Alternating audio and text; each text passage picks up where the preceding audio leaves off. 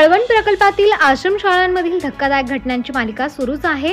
8 September रोजी चनकापूर आश्रमशाळेतील इयत्ता 3रीचा विद्यार्थी रोहित विलास बागुल याचा मृत्यू झाला। बालक आजारी असल्याचे कारण देत शाळेतून पालकांच्या ताब्यात दिले होते, मात्र उपचारादरम्यान त्याचा मृत्यू झाला। कुटुंबियांचा आरोप आहे की शाळेकडून योग्य वेळी उपचाराची व्यवस्था न केल्यानेच हा मृत्यू झाला असून यासाठी मुख्याध्यापक व शाळा प्रशासन जबाबदार आहे। या घटनेनंतर संतप्त पालक व ग्रामस्थांनी बालकाचा मृतदेह थेट मुख्याध्यापक कार्यालयात आणला आणि गुन्हे दाखल न झाल्यास मृतदेह ताब्यात घेणार नाही असा पवित्रा घेतला। त्यामुळे आश्रमशाळेत जनआक्रोश उसळलाय व पोलिसांचा मोठा फौजफाटा तैनात करण्यात आला। दरम्यान घटनास्थळी आदिवासी विकास विभागाचे अप्पर आयुक्त दिनकर पावरा, प्रकल्प अधिकारी आकुनुरी नरेश, एसडीपीओ किरण कुमार सूर्यवंशी, तहसील प्रशासन व वरिष्ठ पोलीस अधिकारी दाखल झाले। संतप्त जमाव शांत करण्यासाठी तब्बल 3 तास प्रशासनाला तारेवरची कसरत करावी लागली। शेवटी अधीक्षक व मुख्याध्यापकांचे तात्काळ निलंबन करण्याचा निर्णय जाहीर झाल्यानंतर ग्रामस्थांनी मृतदेह शवविच्छेदनासाठी अभोणा ग्रामीण रुग्णालयात नेण्यास मान्यता दिली। या प्रकरणी अभोणा पोलिसात अकस्मात मृत्यूची नोंद करण्यात आली आहे। रोहित विलास बागुल राहणार सरलेजीगर हा चनकापूर आश्रमशाळेत इयत्ता 3रीला होता। त्याची तब्येत शुक्रवारपासून बिघडलेली होती आणि शिक्षकांना माहिती होतं, तरी शिक्षकांनी दुर्लक्ष करून आणि पाल्याला म्हणजे त्याच्या वडिलाला फोन करायला लावत होते, तरी शिक्षकांनी अध्यक्षांनी फोन करण्यास नकार दिला आणि काल जास्त तब्येत बिघडली आणि गावातला एक माणूस होता गुलाब महाले म्हणून, त्याच्या ताब्यात तो मुलगा दिला आणि घरी संध्याकाळी 3:30 ते 4च्या दरम्यान तो आला घरी घेऊन। आणि त्याची पहिलेच खूप तब्येत बिघडलेली होती, पण काय झालं, शिक्षकांनी दुर्लक्ष केल्यामुळं त्याची तब्येत जास्त बिघडल्यामुळे आणि खेड्यात असल्यामुळं त्याला दवाखान्यात लगेच घेता आलं नाही आणि आज सकाळी 11-11:30 वाजता त्याचे निधन झालं।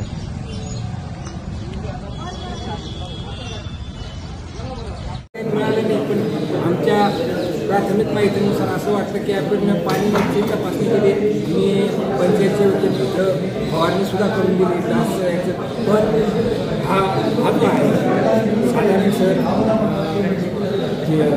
किचन शेड जेव्हापासून चालू झालं तेव्हापासून आमच्या सर्वच आश्रमशाळेला याचं भोगावं लागून आहे। कारण कर्मचारी रेग्युलर नाही, बाहेरचे कर्मचारी आहेत, त्यांच्या याच्यामुळे स्वयंपाकमुळं आम्हाला स्वयंपाक हा ताजा तिथेच मिळायला पाहिजे, शाळेवरच मिळायला पाहिजे अशी आमची अपेक्षा आहे। आणि तसं करावं सर, त्याला सांगावं आणि शक्यतो प्रत्येक कर्मचारी प्रत्येक सर तुमच्याकडे आता तुमच्याकडेच विनंती करतो की आश्रमशाळेमध्ये आम्ही जेव्हा होतो तेव्हा पूर्ण स्टाफ शाळेवर राहायचं, त्याच्यामुळं पोरांचं त्यांचं लक्ष देणं, खेळामध्ये याच्यामध्ये सर्वच आश्रमशाळा ही अग्रेसर असायची। पण आता गेल्या बऱ्याच दिवसापासून 10-15 वर्षांपासून एकही कर्मचारी म्हणजे मला वाटतं प्रत्येक आश्रमशाळेत सर आपल्या कळवण प्रकल्पामध्ये शक्यतो 80 ते 90% कर्मचारी राहत नाही। आता तुमचा नियम आहे की 5 किलोमीटरच्या आत राहायला पाहिजे, ते 5 किलोमीटरला सवलत दिलेली आहे, त्याच्यामुळे 5 किलोमीटरला घालते नाशिक कळवण इकडून तिकडून जाऊन का सर एक तुमच्या माध्यमातून हेडक्वार्टरला हे शिक्षक हेडक्वार्टरला राहिले तर मला वाटतं सर्व विद्यार्थ्यांना त्याचं वास राहील। तासिका वाढता येतील तेच शिक्षक तासिका घेतील, पण त्यांना हेडक्वार्टरला थांबायची परवानगी कराच सर। आदेशच असाच हो, आश्रमशाळेमध्ये क्वार्टरला राहायच्या हो 90% कर्मचारी आश्रमशाळेमध्ये येऊन जाऊन करतात। आणि त्याच्यामुळं मला एक म्हणायचं, जर इथं जर हे कर्मचारी हजर राहिले असते तर कदाचित ही वेळ आमच्यावर आली नसते, कदाचित पोरांचं लक्ष दिलं असतं। कुठलं काय शिक्षण कमीत कमी करतो, तिथं कोणता मुलगा आजारी आहे पाहतो, नेमकी अध्यक्षिका यांच्यावरच अवलंबून राहता सर्व कर्मचाऱ्यांनी आमची शाळा। विनंतीनुसार आम्ही संबंधित मुख्याध्यापक आणि जे काही अधीक्षक आहेत यांना आपल्या विनंतीनुसार आम्ही तात्काळ निलंबित केलेला आहे। हां, तर अधीक्षक जे आहे ते संजय नामदेवराव नंदाने, तर त्यांना आपण निलंबित केलेला आहे। त्याचप्रमाणे मुख्याध्यापक जे आहे बालाजी भुजबळ त्यांना सुद्धा आपण या क्षणापासून निलंबित केलेला आहे. म्हणजे काय सर?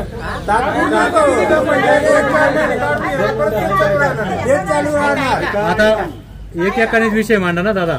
एका निलंबन जे असतं ना, ही घटना आहे ते कायम असा अधिकार आपल्याला नसतो. आम्ही आता काय करणार, आता त्यांना आम्ही निलंबित केलं, त्यांची आम्ही चौकशी करणार, त्यांचं जे काय त्याच्याकडनं ज्या चुका झालेल्या आहे त्याच्यानुसार अजून त्यांच्यावर पुढची कारवाई पण करणार आम्ही. परंतु आपली जी भावना आहे आपल्या सगळ्यांची भावना आम्ही हे कारवाई केलेली आहे.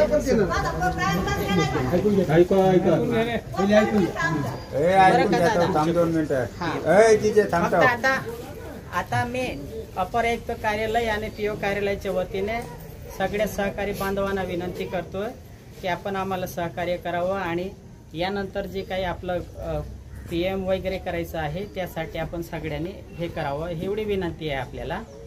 आणि हे मी आपल्या सगळ्यांसमक्ष आपले जे बागुल जे आहेत मी त्यांना ते हे आदेश त्यांच्या मी हेकडे देतो. जे घेऊन नका दादा फक्त गुन्हे पण दाखल झाले पाहिजे.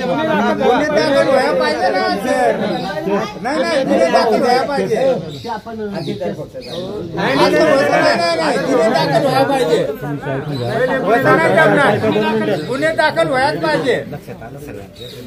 ठीक. पोलीस शासनाने सांगावं ना काय कारवाई करणार तुम्ही. अजून आतापर्यंत ते इथं कोणी नाही. तुम्ही गुन्हे दाखल व्हायला पाहिजे सर. आपली एवढी विनंती आहे.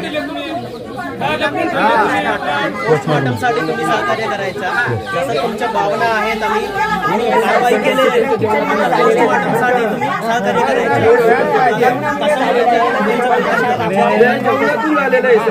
त्या बापच्या लेडीजला पुढे